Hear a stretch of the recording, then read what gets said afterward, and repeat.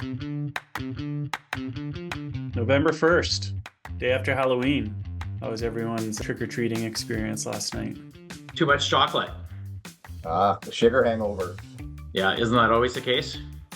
I don't know what the number is, but I think we probably had north of 200 kids stop by our front door last night. I literally ran out of cookies and ran out of chocolate by the end of the night. So yeah, there's a lot of good weather here in the Okanagan, so it was not too cold and no rain. So I think the kids were pretty excited to get out there. I had a positive experience. We were out at a friend's place and just left a couple bowls of candy out for everyone. And I was looking at my Ring camera recordings this morning to see if the first kids took all the candy, but it was quite evenly distributed. There was no greedy kids taking the entire thing, which gave me a little bit of hope for the next generation. That's been my social experiment actually over the last 7 or 8 years, just with taking the kids out for trick-or-treating and not having a lot of kids.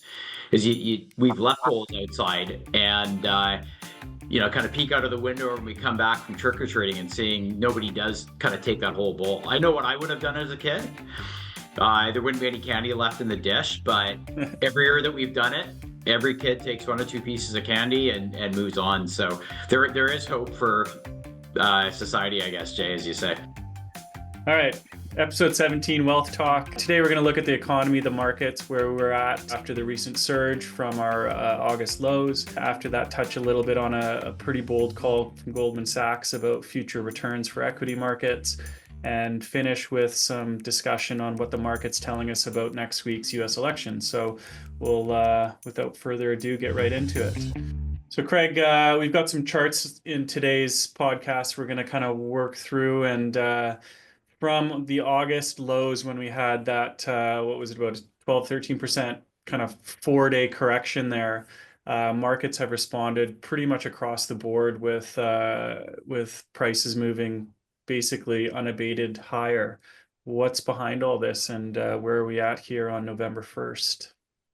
Good question, Jay. And the last podcast we obviously had Ed Mills on there, so we really didn't touch too much on markets and what specifically is happening in the portfolios. But if you kind of look at the narrative that has been out there for coming out of that summer low, as you talked about, into fall, which is historically kind of seen as a weak month.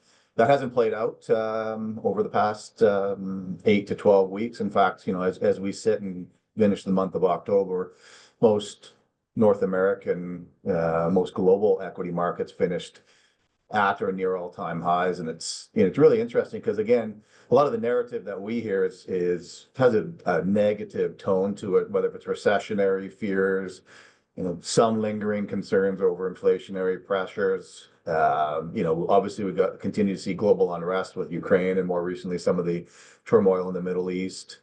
Uncertainty around the economy and what that looks like in earnings, and we can dig into that.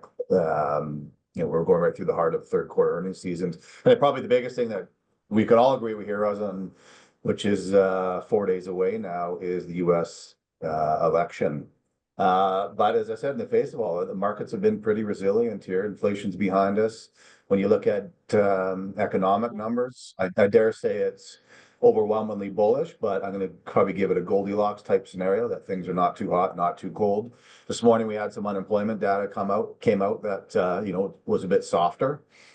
I think one of the biggest catalysts that we've seen over the past few quarters has been the support from global central banks.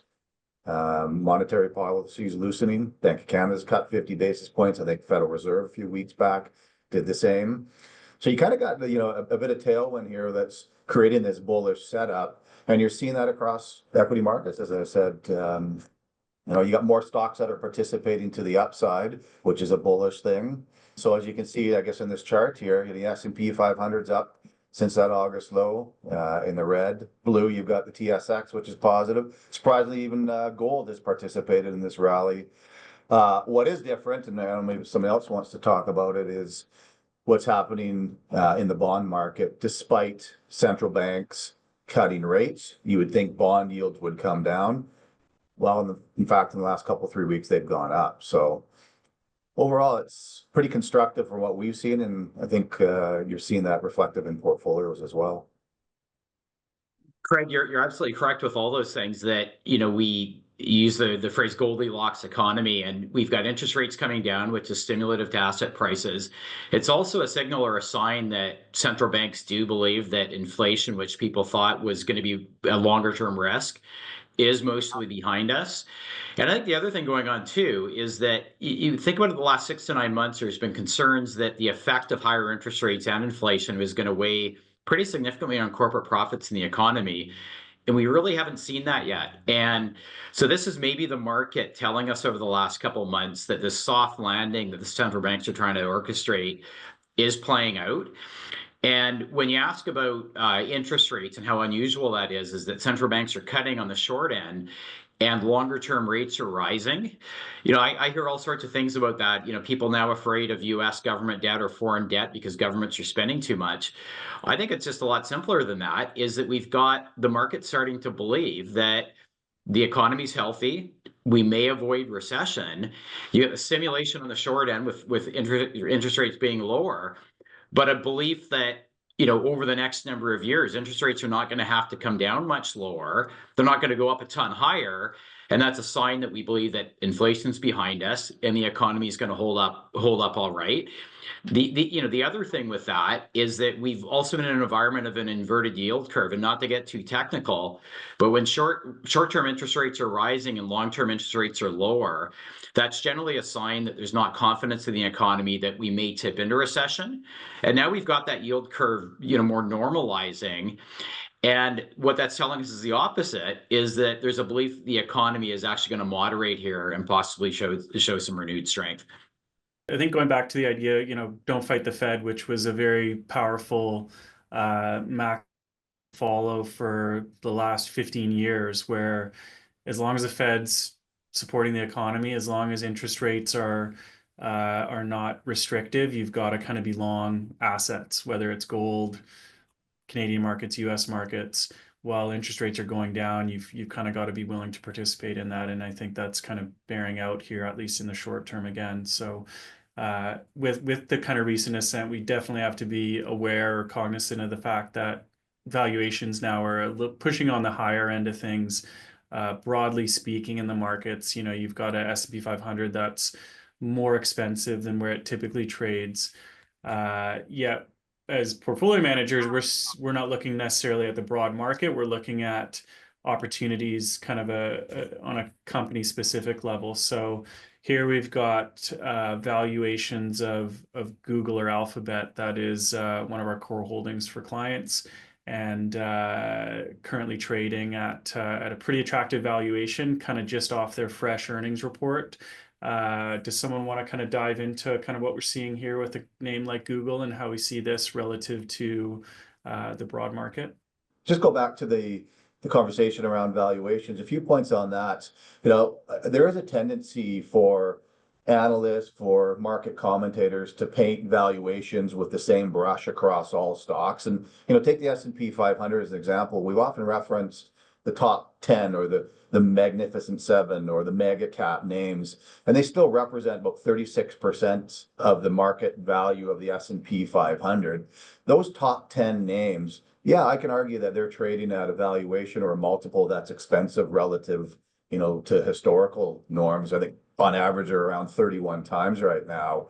But the other 490 remaining stocks in the S&P 500 are trading at 17, 18 and a half times, which is not all that stretched relative to, the 16 times multiple that the S&P trades at. So, to say that stocks are expensive, I really think, the public and we as portfolio managers, we look at things differently. Certain pockets may be expensive. That's our job, to drill down and say what's expensive, what's more attractive.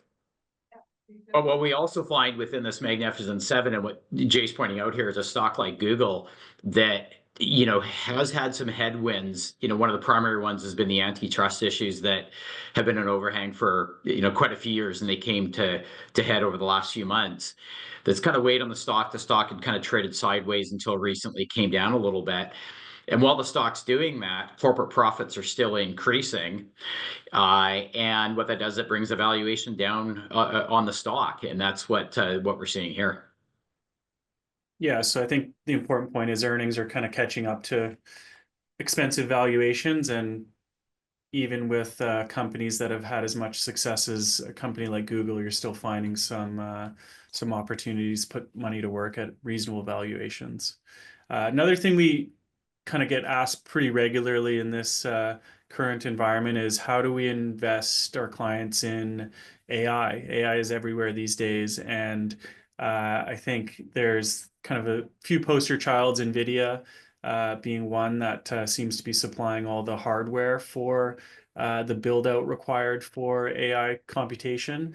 But another name, and kind of along the same lines as Google, you look at the kind of mega cap tech names and what they're spending on this build out, and I think a name like Google is one of these great ways to gain some exposure to AI over the coming years. I don't know if someone wants to comment on kind of these names that are spending big money on AI in the future.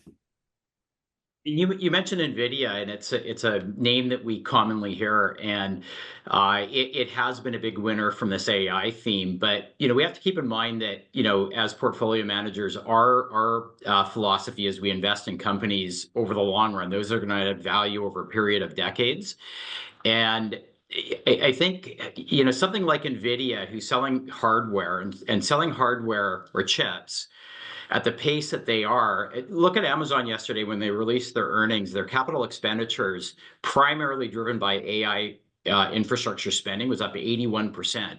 That really explains kind of that growth in the sales of chips for NVIDIA and their share price.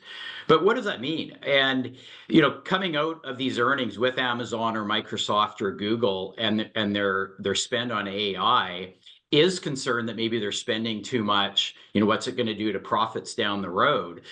But what that should point out is maybe this is kind of a pent up not one time, but everybody's doing this all at once, which is benefiting NVIDIA.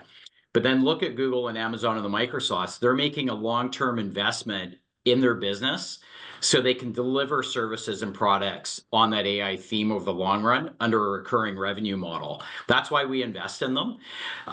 There is no AI without big tech, and any startup, any NVIDIA, anybody on this AI theme or in the AI industry needs the Microsofts, the Amazon, and the Googles. Their infrastructure trains the systems. They deliver these products and services to their mass client base. And that will go on for years as these companies are the leaders in AI technology.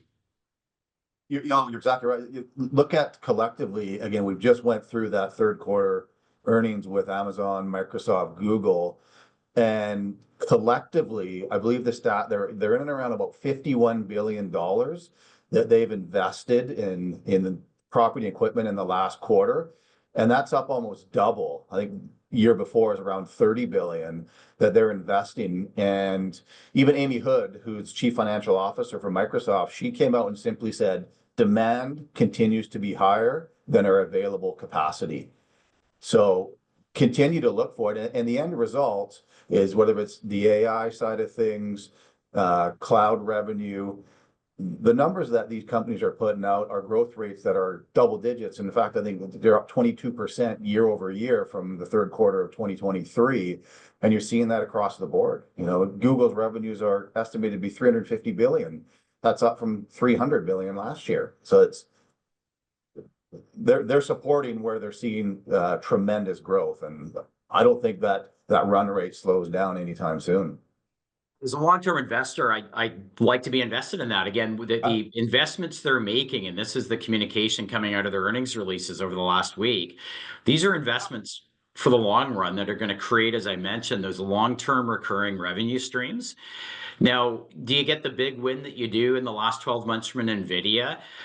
No, you don't. You get a ton of upside as we have with these names, but you get a lot more safety as well. You get a more diversified revenue stream. And then, as I mentioned, that's going to translate into a longer term recurring revenue stream.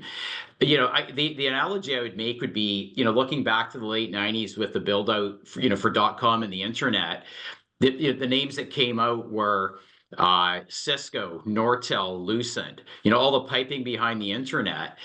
And when we look back over the last 25 years, and why they were kind of forefront was, again, all this demand within 2 years for all that piping for the internet, and everybody wanted to own them. But who would you rather be invested in over the last 25 years?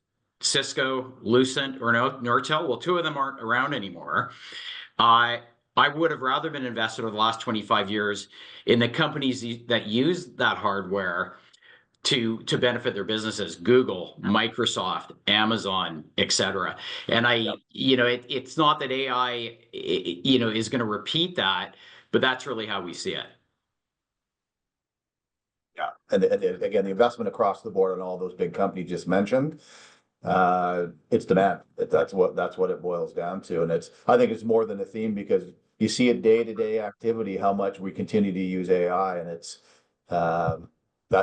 that train's not going to stop anytime soon. Yeah. So you can still get some good exposure at a reasonable valuation and great companies. And like you said, Clark, with diversified businesses. So one of the things that's come up with Google in the last few months, I mean, they've been discussing monopolistic behavior out of Google, given that it's the kind of default search engine for pretty much everyone. You can see it just has such an overwhelming hold on search on the internet. And the Department of Justice wants to kind of crack into that a little bit. So still some risk that Google does get broken up. And I don't think this is as much of a concern as the market initially feared it to be. You've got a whole bunch of great businesses under the hood at Google or Alphabet. And if they do have to spin out a YouTube or the search, a lot of potential there for the market, giving them an even higher valuation of the parts relative to the whole. So kind of an interesting story there that we wanted to take a little bit of a deep dive into. And now switching gears, or I guess a little bit more on kind of the macro side of things and what's happening behind the scenes out here. Inflation still very much under control. We've seen CPI both in Canada and the US continue to decline. There's one thing that's we mentioned earlier in terms of long-term interest rates starting to actually increase on the back end. And that's causing some concern over the potential for a resurgence of inflation. This chart here just shows inflation 2010 to today. Obviously, the big spike, green bar here, just in the last few years, tracking very similarly to the mid 70s, where we had a big spike, it rolled over, and then was followed a couple years later by a second resurgent wave of inflation. Obviously, something we want to try to avoid. This next chart just showing long-term bond yields again moving higher. So what do we make of this in terms of inflation being under control, but interest rates on the tail end starting to creep higher? A little bit earlier, I think that some of the headlines we're reading are, well, hey, the government's printing a ton of debt. We're afraid about their ability to service that debt. They're not getting spending under control, so we're going to demand more yield, or it's going to cost the government more for us to borrow money. I think that might be a lot smaller part of the equation than the market or the headlines are saying. And as I said earlier, I think this is healthy. Long-term yields are picking up. Generally that happens when the outlook is positive, and this is really expectation theory, is that we look down the road, we think interest rates will be moving higher rather than lower, and they will be when we believe the economy is going to be stronger. Now, they're not moving substantially higher. They're not pricing in significant inflation risk. So again, I see this as healthy. Yeah, I couldn't agree with you more, Clark. It's, you can see there the left-hand side of that chart coming out of 2022 into 2023. The yield there was all inflation, well, predominantly inflationary based, and the aggressive monetary policy. I think this latest hookup on the right-hand side is, you're exactly right. It's the market forecasting a relatively strong economic environment, at least the very part resilient, and looking out to 2025. This engineering, or the soft landing that central banks have hopefully engineered, that's what it's looking at here, is 2025. Your rates are probably going to normalize somewhere between 4 to 5%, and the economy is going to be able to absorb that. I think that the expectation that, especially for Canadians who own a mortgage or own a house and associated mortgage, the expectation that you're going to get a 2% mortgage is just, I think, something that everyone needs to wrap their heads around. That's not going to be the case. And we've kind of been through that zero interest rate environment in a very extreme period. And it's not going to come back anytime soon. So interest rates being in a more normalized situation is a great thing. I think one of the things that we can hope for in a way is if sovereign bond yields, so these are treasury yields, and the UK just went through their budget announcement and they saw yields spike on their government debt because of the concern about reckless spending and budget deficits. And if we can kind of take one thing that might be a benefit of higher long-term yields, is that it might get politicians to start thinking a little bit more responsibly about how they run the government. Yeah, and the flip side of that is we look back to 2020 and 2021 during COVID and coming out of COVID, governments were spending a ton of money, and yields were, long-term bond yields, 30-year yields in the States were a ton lower than where they were today. They bottomed out just less than 1% on a 30-year bond at 0.99% in 2020. And I think 1.65 was the low in 2021. And as you say, Jay, that actually gives the government the ability to borrow money and spend a lot of it. But again, it also goes back to the argument that, if long-term investors in U.S. Treasuries were concerned about government spending and their ability to pay back those bonds, they wouldn't be lending the money at 1%. Yeah. So interesting call out of Goldman Sachs last week, calling for the S&P 500 to return 3% a year over the next decade. This is in sharp contrast to the last 10 years where the S&P 500 has returned about 13.5%. Vanguard also came out kind of corroborating that expectation, calling for 4% annualized returns. Obviously, forecasting 6-month, 1-year returns is incredibly difficult, nonetheless, an entire decade. But interesting expectations, particularly after the gains we've seen in the US markets recently. As you can see on this chart, it basically is showing that expectations for returns from assets outside of the US are far higher than within the US. And this is something I think, get asked quite often from clients in terms of, why don't we have all or most of our money in the US market? It's obviously the economy that's performing the best at the current time. It's had recent outperformance. How do we manage this kind of thing from a portfolio management perspective? And when we're looking to allocate assets for a client, what do we think about calls like this? The one thing I'd say is a chart like this probably comes out every year. We probably would have seen one 10 years ago where it said the returns going forward would be 3% per year. That being said, I think this is an interesting chart because, I think back to periods like 1998 or say coming out of the financial crisis in 2009, 2010. 1998, when we were in a very similar environment to where the US market was the only game in town, predominantly driven by technology and the internet or .coms. No one out there wanted to own Canadian equities. Nobody really wanted to own international equities. And there is this huge force of piling into the US market at high valuations relative to where they were in other markets.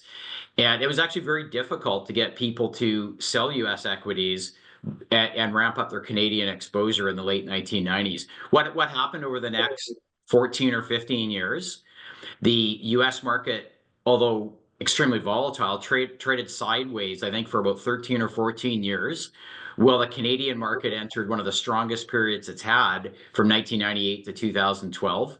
Now, fast forward to 2012 or 2010, when US equities had done nothing for a decade or a decade and a half. We had gone through the US financial crisis. The Canadian market commodities were doing well. I remember conversations that people said, I don't want to have any of my investments in the US market. want more Canadian, we want more commodities. Then look what happened starting in 2012. The US market entered a, what's now been really, a 12, 13-year bull market at the expense of the Canadian market, the expense of international markets. So I think when we look at it from that perspective, this chart, although as I said, these come out all the time, is that I think this time around, this could be somewhat valid.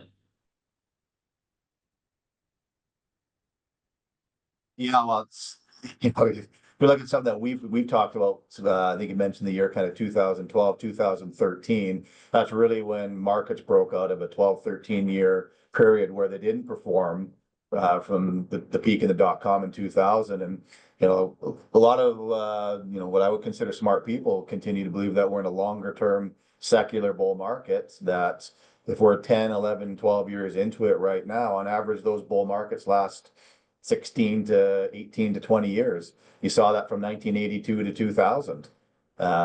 Remains to be seen, but I think when you geographically, you have to also look at the backdrop of the environment that we're operating in. I would say the Canadian market has been held back over the last number of years relative to the US, maybe because of the political party that we have in place. We've talked about in many of our podcasts, the lack of foreign capital that's coming into Canada. In fact, it's going the other way. You're probably seeing that right now reflected in the weakness in our dollar right now. So there's so many moving parts to kind of predict what the next 10 years looks like for various asset classes. And if you start to see aggressive rates over the next 5 years, it's going to be challenging for all asset classes.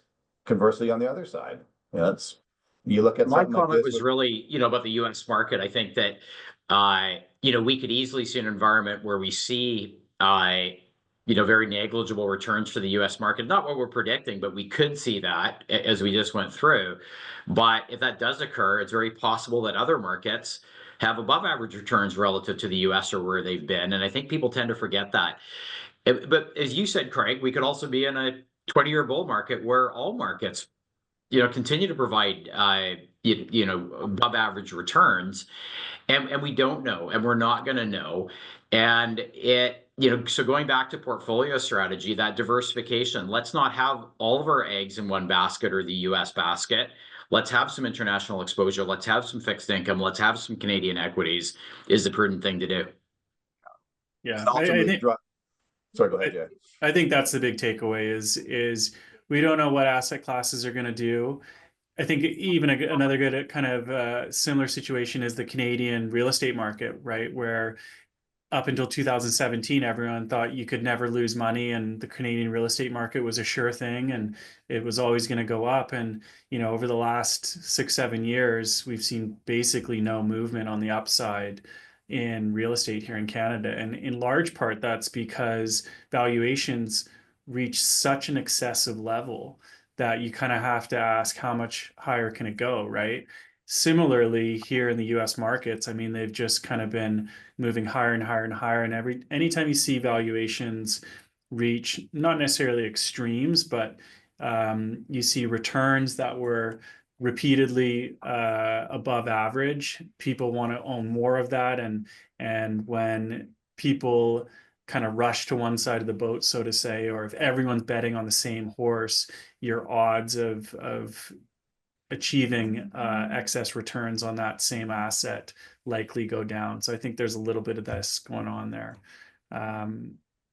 That's ultimately, Jay, what you're saying there is our job, and a job as a portfolio manager, is to dig deep into what asset class, what geography, what sector is showing leadership, and that's what you want to own. And until that changes, you want to continue to own that theme or area that is showing leadership. And we talked about a name like Google, and we talked about names like Amazon. Their year-over-year numbers, again, we talked about 12, 14, 16% revenue growth rates. If that continues, those are the names you want to continue to own. And that's a far better decision, right? That's a far better decision than saying the market's going to do this, the market's not going to do this. We believe Google is supported by strong fundamentals, and we want to continue to own that business. Yeah, and then balancing that also with recognizing, there's opportunities elsewhere as well, and being diversified and and kind of just being prudent portfolio managers. So be prepared if the next 10 years do come to fruition with lower expected annual returns, have some assets in other places. And for Canadian investors, I think that's something we always preach. And there's lots of good companies here in Canada, despite our economic underperformance, that have, as a company standalone, have actually performed quite well. So if we do run into a period where 10-year returns end up being in the 3% range, it won't be completely unprecedented. So make sure you're staying diversified out there and not expecting just an extrapolation of the last 10 years. So we've got a US election coming up, obviously something that's on everyone's minds these days. By the time this podcast comes out, we'll probably know the results, maybe a day or two ahead of it. But the market's telling us something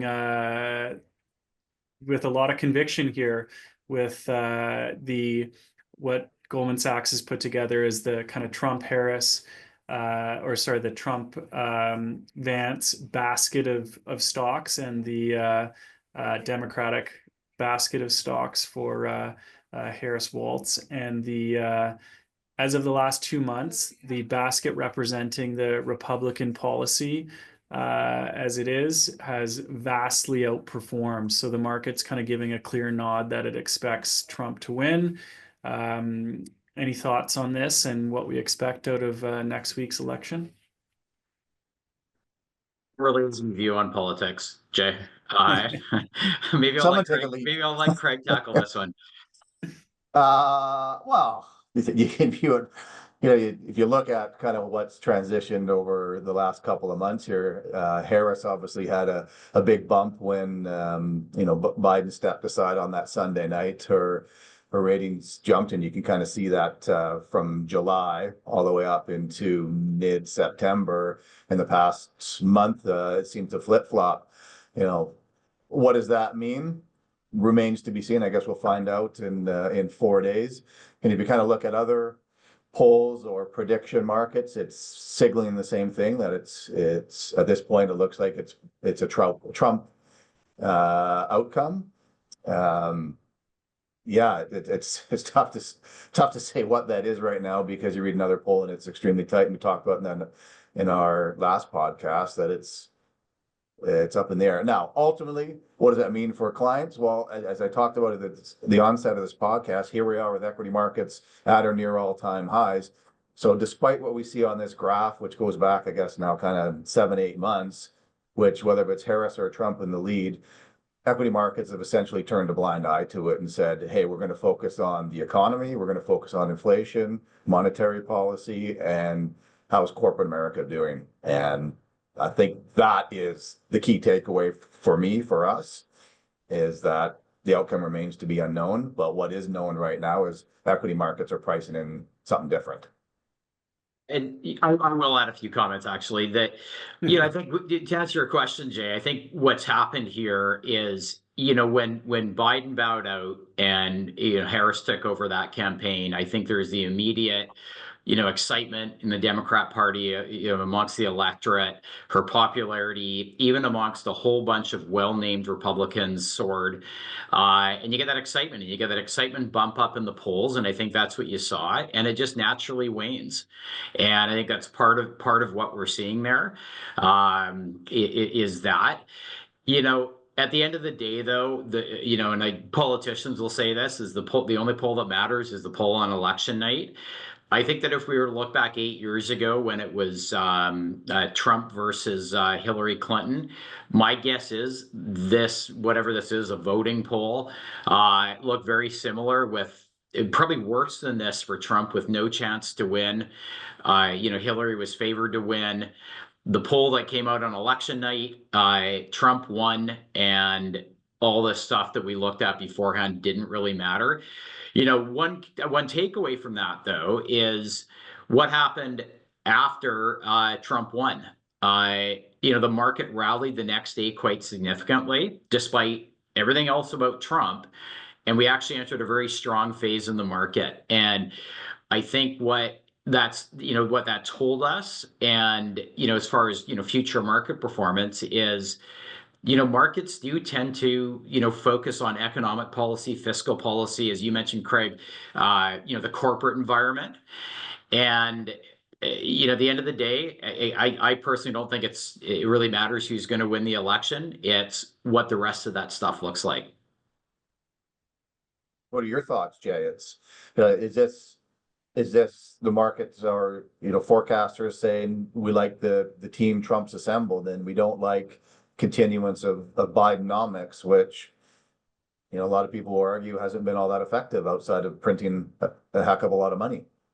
Well, I think the market's just telling us that the election results are likely going to be in Trump's favor, I think is what this is saying. And, whether we like that or not, I don't think matters. It is what it is. And the US election is going to be over in a week, and the market typically favors that certainty regardless of who gets in power. And the usual disclaimer we provide when it comes to politics is that, making investments in businesses that we expect to own for longer than a 4-year term is always going to be more important than who's making decisions.